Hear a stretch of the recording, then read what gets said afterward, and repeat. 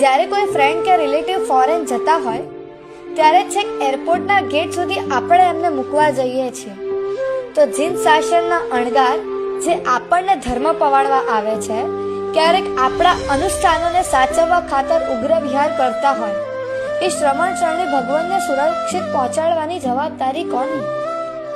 દેશની 140 કરોડની પોપ્યુલેશન ક્યારે સેફ છે, જ્યારે સરહદ ઉપર 10,000 સૈનિક પોતાનો પરિવાર વગેરે બધું જ ભૂલીને આપણી રક્ષા માટે બેઠા છે?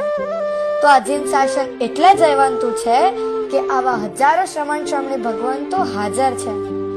એક મહાત્માના એક્સિડન્ટના આપણને સમાચાર મળે અને આપણે સૌ કઠોર દિલવાળા બનીને માત્ર એ મેસેજને ફોરવર્ડ કરીને વાતો કરીએ કે આ મહાત્માને સાચવનાર કોઈ નથી, આ મહાત્માનું ધ્યાન કોઈ રાખતું નથી. આજે મારે તમને પૂછવું છે, સાચા અર્થમાં મહાત્માની ચિંતા કેટલાને?